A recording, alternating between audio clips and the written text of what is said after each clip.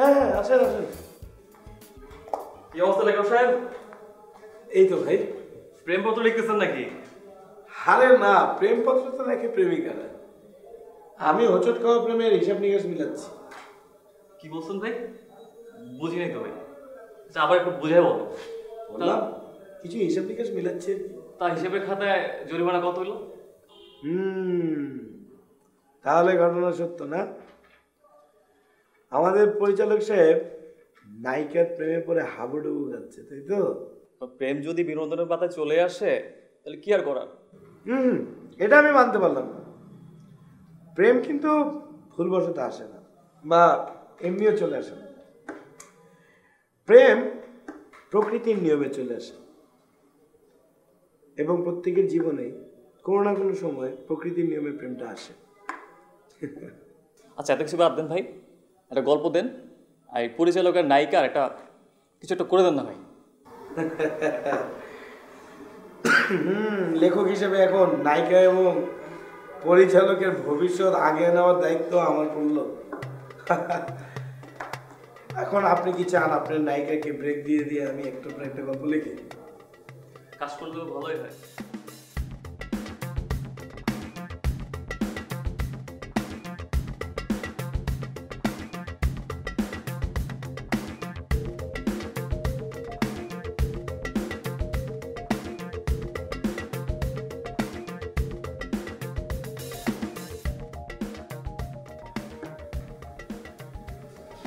মৌনতা, অনুক্ত। বাহ, কি সুন্দর দুইটা চরিত্র।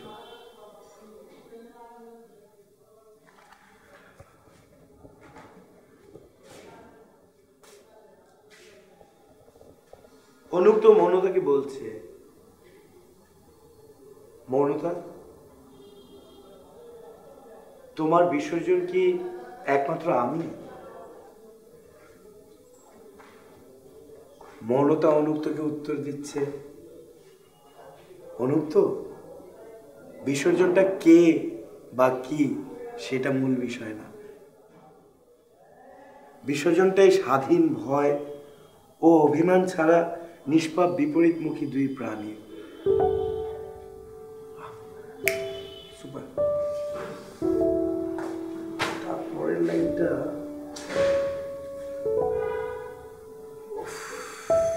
এরকম সবসময় হয় না, কেন আসতেছে না?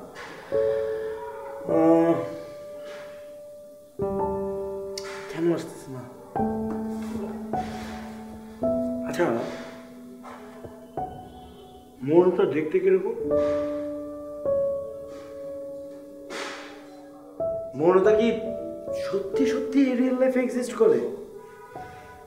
করতেও তো পারে, যেরকম ভাবে আমি চরিত্রটা কল্পনা করছি ঠিক সেরকম একটা চরিত্র থাকতে পারে। দেখি তো।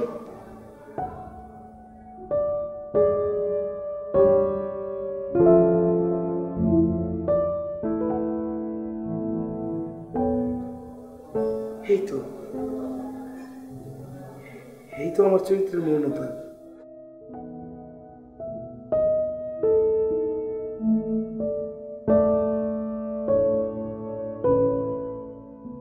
রোজ হয় না এমন, সাদা পাতায় ভেজা তুলা গায়ে, অপসরি মৌন মেঘে ভিজিয়ে দিয়ে গায়ে।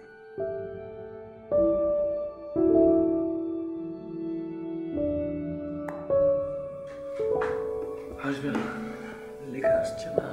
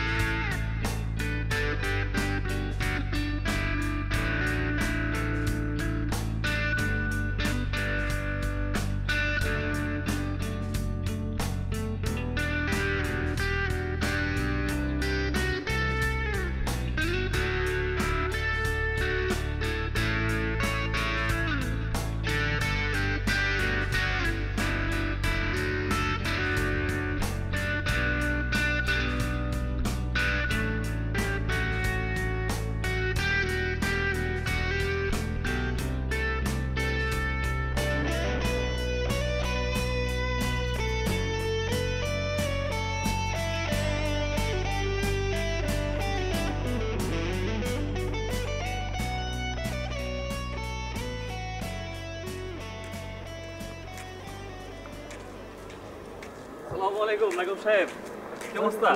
এই তো ভাই আছি, ধন্যবাদ। আপনাকে বললাম একটা গল্প দেন, আপনি তো কোনো কিছু খবর নেই আপনার। হ্যাঁ, আপনারই তো কোনো খোঁজ খবর পাই না।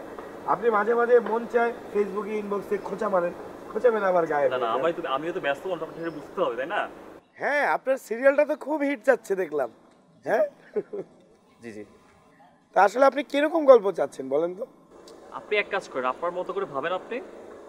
মার্কেটে এখন যেটা চলে, হ্যাঁ ওইটার উপর একটু ভালো করে একটা গল্প দিতেন, যাতে মার্কেটে ভালো করে যায় আর কি।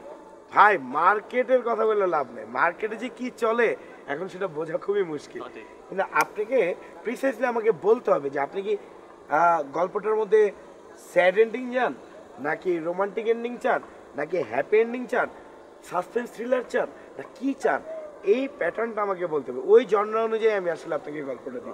গল্প যাতে হিট হয়, আপনি প্রথমত আমার যে ক্রাইটেরিয়া সেটা হচ্ছে রোমান্টিক বেসড হবে। হ্যাঁ, রোমান্টিক বেসড হয়ে লাস্টে দেখি সে হ্যাপি এন্ডিং, হ্যাপি। তার মানে আপনি একটা পূর্ণাঙ্গ প্রেমের গল্প চাচ্ছেন, যেই গল্পের মধ্যে প্রেম ভালোবাসা টকবক টকবক করতে থাকবে, তাই তো? কিন্তু আমার প্রশ্ন হচ্ছে, এই যে আমি রোমান্টিক গল্পটা লিখবো, সেটা কি একজন নায়ক আর একজন নায়িকার উপর বেস করে লিখবো, নাকি একাধিক নায়ক নায়িকার উপর বেস করে লিখবো, বর্তমান সময়ে যেসব মাল্টিকাস্টিং এর নাটক চলছে সেরকম? আপনি আপনার মতো করে ভালো একটা গল্প লিখেন, যেভাবে ভালো হয় আর কি। হ্যাঁ, যাতে মার্কেট হিট করে, জাস্ট একটু কি। হ্যাঁ, ভালো একটা গল্প লিখেন আপনি। সেটা আমি বুঝতে পেরেছি, কিন্তু আমার কথা হচ্ছে কি, একটা গল্প যদি আমি একটা কেন্দ্রবিন্দুকে ঘিরে লিখতে থাকি, তাহলে গল্পটা না মনোটোনাস হয়ে যাবে, দর্শকের কাছে সেটা জনপ্রিয় হবে না। কিন্তু ওই গল্পটাকে যদি আমি শাখা প্রশাখা ছড়িয়ে ছিটিয়ে অনেক চরিত্র বিন্যাস করে লিখি, তখন কিন্তু গল্পটা অনেক ইন্টারেস্টিং হবে, জমবে। হ্যাঁ, মানে গল্পটা জমে যাবে। তো আপনাকে আসলে বলতে হবে আপনার বাজেট কীরকম। আমি কি আসলে আমার গল্পের ভিতরে আপনি যে নাটকটা বানাবেন সেখানে অনেকগুলো চরিত্র দিব, যাতে করে আপনি সবাইকে কাস্টিং পেমেন্ট দিয়েও আপনি কি নাটকটা বানাতে পারেন, সেই জিনিসটাও আমাকে জানতে হবে। সেটা আমাকে বলেন যে আপনি কি চান।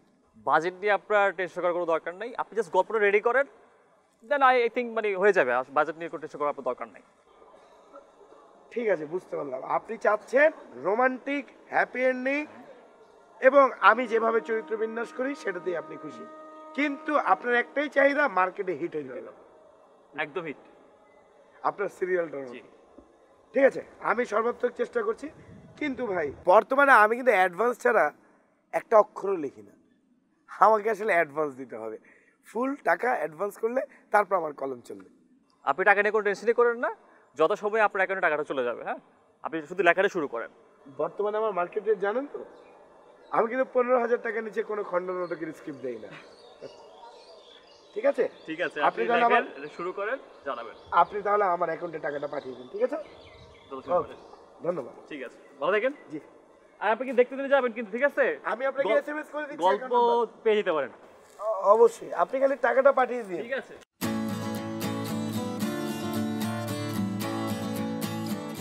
শহর জুড়ে প্রেম আসছে, প্রেম আসছে আমার, প্রেম মোহতে আছি আমি, চাওয়া পাওয়াটা একান্তই ঠিক।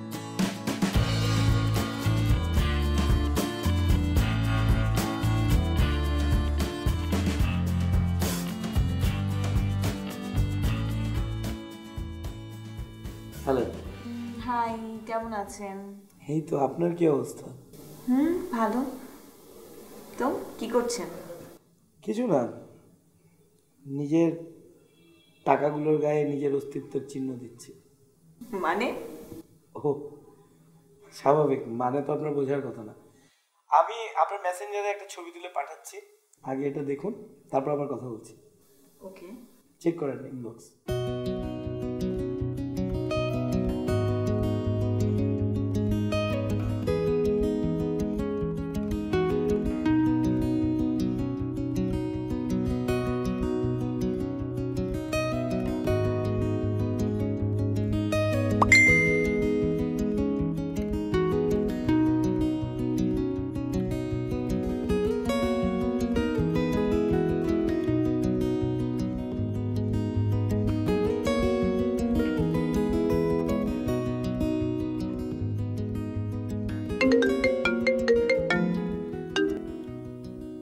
হ্যালো। টাকার মধ্যে আপনি সিগনেচার করছেন, এটা করার কারণ কি? এটা করার মানে কিছুই না, আসলে ছোটবেলা থেকে এটা আমার অভ্যাস। বলতে পারেন বদ অভ্যাস। আমি জানি টাকার গায়ে কোনো কিছু লেখা অন্যায়, ইটস এ ক্রাইম। তারপরেও সবসময় কেন জানি মনে হয় প্রত্যেকটা টাকার গায়ে নিজের একটা চিহ্ন দিয়ে দিই, যেটাকে আমি আমার নিজের অস্তিত্বের চিহ্ন মনে করি। তারপর টাকাটা ছেড়ে দিই। এই টাকাটাই হয়তো বা ঘুরে ফিরে কখনো কোনো একটা নতুন গল্প নিয়ে আমার কাছে ফেরত আসবে, সেই আশা। আপনি সব কিছুতেই গল্প খোঁজেন না, একটু ওয়েট করেন। আচ্ছা।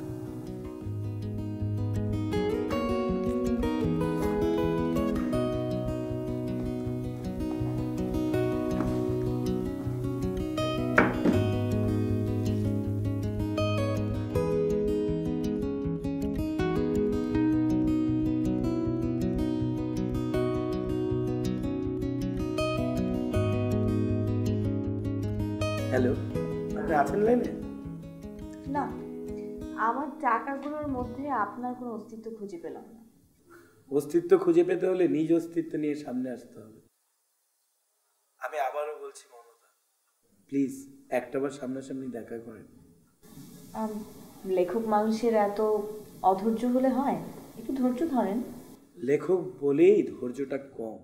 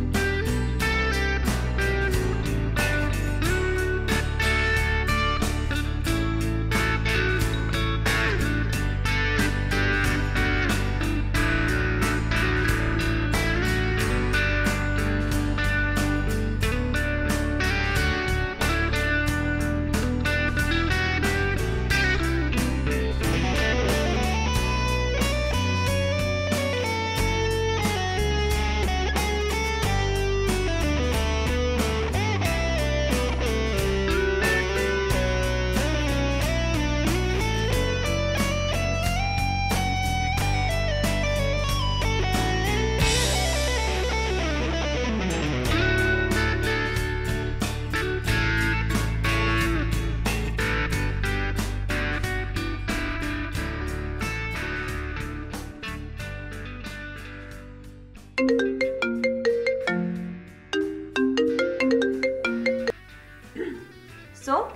আমি তো আপনার অস্তিত্ব খুঁজে পেলাম। আপনার স্বাক্ষরের জোড়া চিহ্ন কিন্তু আমি মিলিয়ে দিয়েছি। একটা কাজ করি, আপনি তো আমার সাথে অনেকদিন ধরে দেখা করতে চাচ্ছেন, আমি চাই আপনি যেদিন এই টাকাটা খুঁজে পাবেন সেদিনই আমরা দেখা করব। সেটা আজকে হতে পারে, কালকে হতে পারে, যে কোনো দিন হতে পারে, আবার নাও হতে পারে।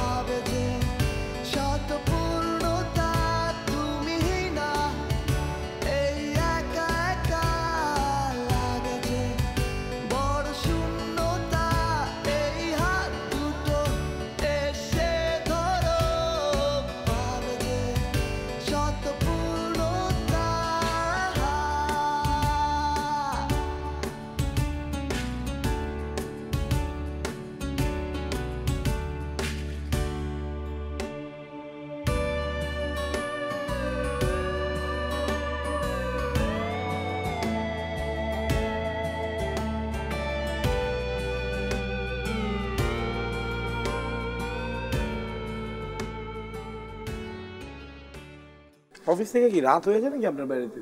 প্রায় রাত হয়ে যায়, কাজ থাকে রাতে, বুঝছো। না, আপনাদের সার্কুলেশন কিন্তু খুব ভালো নিউজ পেপারে চলতেছে, দোয়া করে ভাই। আর তোমার কাজ কিন্তু মোটামুটি মাশাআল্লাহ অনেক ভালো চলতেছে, ঠিক আছে? আমি যা দেখলাম হিট করে যাও।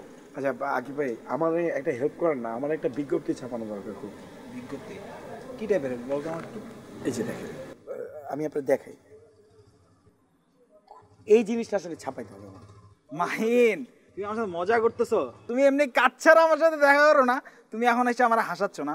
না না না, আমি মজা করতেছি না আকিব ভাই, বিশ্বাস করেন এই টাকাটা আমার খুব দরকার, আমি এই টাকাটা খুঁজতেছি, আমি বিজ্ঞপ্তি দিতে চাই, কারণ এই টাকাটার সাথে আমার অনেক গল্প জড়ানো, বিশ্বাস করেন আমার খুবই দরকার টাকাটা। আচ্ছা ঠিক আছে, তুমি হাসেও না ভাই। আচ্ছা ঠিক আছে, তোমার যেহেতু ইম্পর্টেন্ট, খুব দরকার, বিজ্ঞপ্তি দাও, আমি দিয়া দিব না। মানে ভাই শুনুন না, সিরিয়াসলি আপনি একটু বড় করে একটা বড় একটা স্পটে এটা একটু ছাপাই দেবেন যে হ্যাঁ এই টাকাটা যে খুঁজে এনে দিবে তার আমি পুরস্কার দেবো, বিশেষ পুরস্কার, প্লিজ ভাই। আচ্ছা ঠিক আছে, আমি দেখতেছি, তুমি চিন্তা করো না। আর তুমি তো লেখক মানুষ, মাঝে মধ্যে ফানি কন্টেন্ট পাইলে আমার দিও, আমি আমার পত্রিকা ছাপাবো না, বুঝছো? আচ্ছা ভাই, সেটা দিব নি ভাই, ভাই একটু দিয়ে নেন চাপা। কিছু খাও, এই ঠান্ডা ঠান্ডা খাও। না না, আপনি কিছু খান ভাই। না না খাও, তুমি খাও। আর না, না, আমি তোমার সাথে তো আমার দেখাই হয় না, তুমি স্টার হয়ে গেছো, তুমি জানো। চলো নদীকে যাই, হাঁটতে চলো, চলো।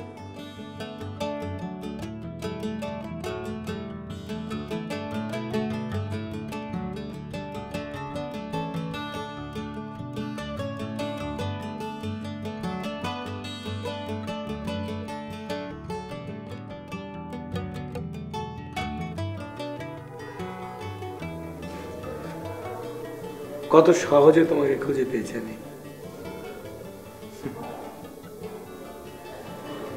তোমাকে খুঁজে বের করেছি কেন জানো?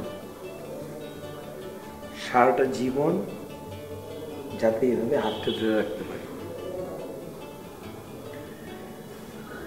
সারা জীবন এভাবে হাত ধরে থাকবো আর লিখবো হাজার হাজার কবিতা তোমাকে নিয়ে, তোমার চোখ নিয়ে, তোমার হাসি নিয়ে, তোমার ঠোঁট নিয়ে, তোমার প্রত্যেকটা সত্য নিয়ে আমি কবিতা লিখব, যেই কবিতাগুলো আমার মনের ভিতর থেকে আসবে।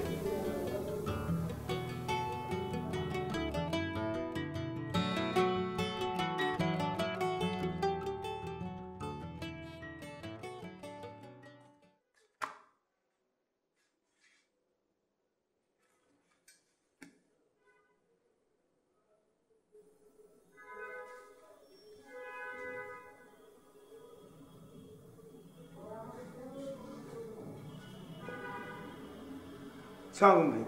ওয়ালাইকুম সালাম। তোমার নিউজ দেখছো? জি ভাই, দেখেছি দেখেছি আপনি আমার ওই বুলেটিনটা নিউজ পেপারে ছাপিয়েছেন। কিন্তু ভাই আমি খুব হতাশ, আশাহত হয়েছি ভাই। কারণ আমি আপনাকে যেই সাইজের বুলেটিনটা ছাপাতে বলেছিলাম, যেই কলাম যেই রো অনুযায়ী, আপনি তো সেই অনুযায়ী জিনিসটা ছাপান নাই। আরে আজকে কলামে অনেক নিউজ ছিল তো। না ভাই, তা আপনি যদি ভাই আজকে যদি আপনাদের নিউজের বেশি চাপ থাকতো তাহলে আজকে দিতেন না, কালকে ছাপাতেন। কিন্তু জিনিসটা তো বড় করে, এটা তো চোখেই লাগে না, বুঝাই যায় না এটা কি দেওয়া হয়েছে। আর যে পেজে দিছি ওই পেজের নিউজ মানুষ বেশি পড়ে। হ্যাঁ ভাই, আমি একটা বুলেটিন দিলাম, সেই বিজ্ঞপ্তিটা যদি মানে আমার কাজেই না আসলো, যেই উদ্দেশ্যে দিলাম সেই উদ্দেশ্যই যদি সলভ না হলো, তাহলে ভাই দিয়ে কি লাভ হলো আমার, বলেন আপনি। আর এইসব নিউজ কি বড় আকারে দেওয়া যায় নাকি? আর নেক্সট টাইম কোনো নিউজ টিউজ থাকলে দিও, করে দেবো নি বড় করে। সেজন্য আমি আপনার কাছে কৃতজ্ঞ, এ ধরনের নিউজ কেউ করে না। কিন্তু আপনি যখন বললেন যে হ্যাঁ আপনি করে দিবেন, ভাই ব্রাদার হিসেবে জিনিসটা করে দিচ্ছেন, কিন্তু জিনিসটা এত ছোট হলো ভাই, না আমার নিজেরই তো চোখে পড়ে না। আমি 5-6 বার পেপারের পৃষ্ঠা উল্টাতে উল্টাতে উল্টাতে শেষমেশ গিয়ে আমি চোখে পড়লো যে হ্যাঁ নিউজটা ছাপানো হয়েছে। আমার একটু কাজের চাপ আছে, রাখলাম এখন। জি স্যার।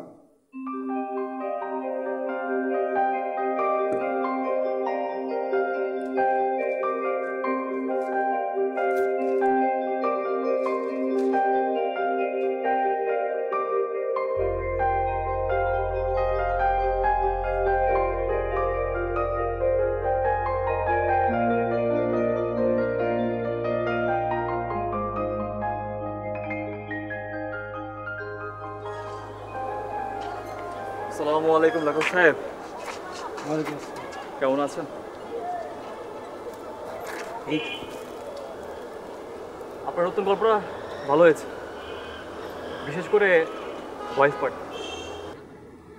কোনটা? ওই যে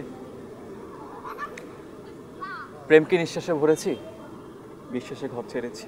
ও আসলে ভয়েস পার্টটা নিজের উপলব্ধি থেকে দেয়া, বিশ্বাস করে তারপরে দেওয়া, এর জন্য হয়তো মানুষের কাছে বেশি ভালো লাগছে। কারণ ওই পার্টটা আমি নিজের বিশ্বাস থেকে দিয়েছি। প্রেমকে নিঃশ্বাসে ভরেছি, বিশ্বাসে ঘর ছেড়েছি, মাসুল দিয়েছি টাকা, রমনা পার্কে আজ আমি একা। আসলে দিন শেষে দেখেন আমরা প্রত্যেকেই কিন্তু একা, এই উপলব্ধিটা খুব বেশি জরুরি। যখন একটা মানুষের এই উপলব্ধি হবে যে সে মানুষটা একা, তখন আর কোনো হিংসা বিদ্বেষ কোনো কিছুই থাকবে না, কোনো মারামারি হানাহানি কাটাকাটি, কারো প্রতি কারো কোনো ক্রোধ, কোনো কিছুই থাকবে না। অহিংস একটা জীবন যাপন করবে সবাই।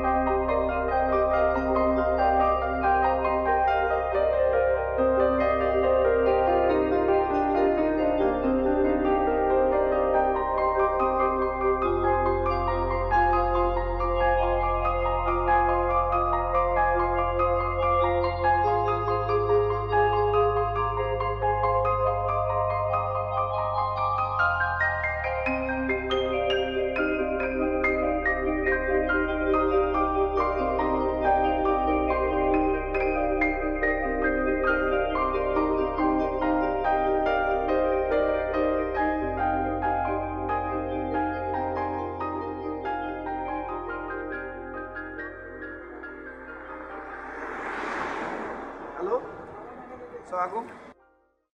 ভাই আপনার টাকাটা পাইছি। জি ভাই। হ্যাঁ টাকাটা পাইছি আমি। ভাই আপনি আপনি কোথায় আছেন ভাই? 4 রাস্তার মোড়টা আছে না, মোড় পার হয়ে এসে একটা 3 রাস্তার মোড় আছে, ওইখানে আসেন। 3 রাস্তার মোড় বলতে ওই স্কুলের সামনে যে 3 রাস্তার মোড়টা ওইখানে? হ্যাঁ ওইখানেই। আচ্ছা ভাই, আমি এক্ষুনি আসতেছি ভাই। ভাই আপনি আপনি একটু দাঁড়ান, আমি আসতেছি ভাই, ঠিক আছে?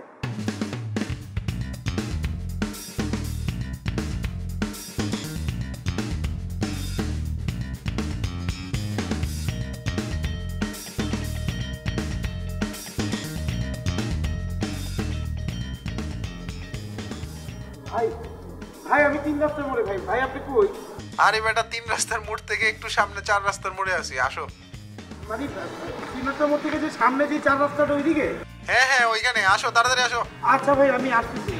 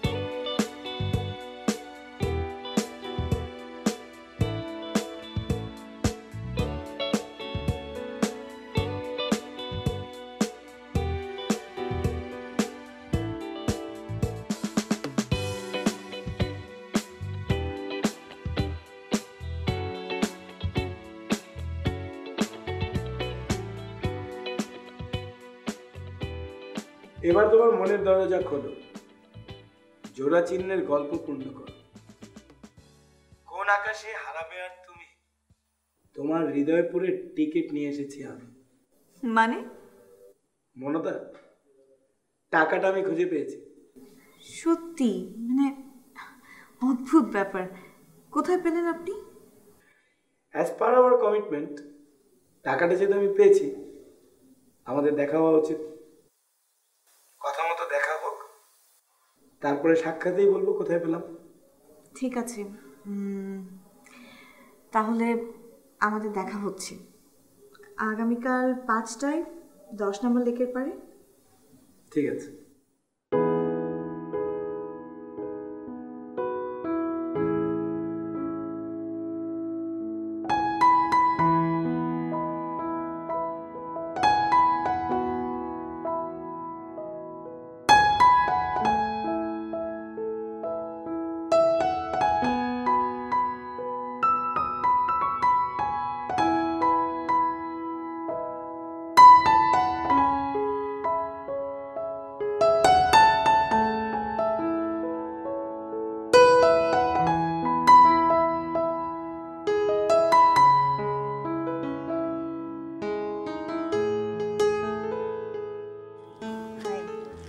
Thanks for coming. চিনতে কষ্ট হয়নি তো? না। কেমন আছেন? ভালো। এই যে আমার আর আপনার সই করা সেই 100 টাকা।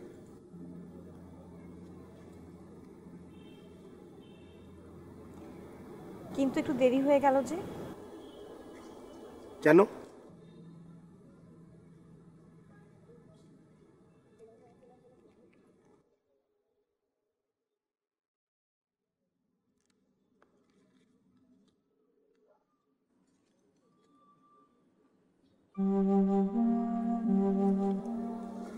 বিয়ের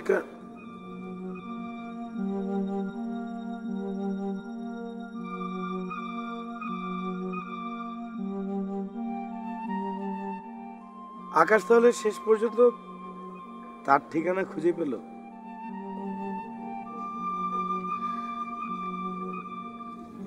মেঘেদের ঝরে পড়ার তো একটা নিজস্ব জায়গা থাকে, মেঘ সেখানেই ঝরে পড়েছে।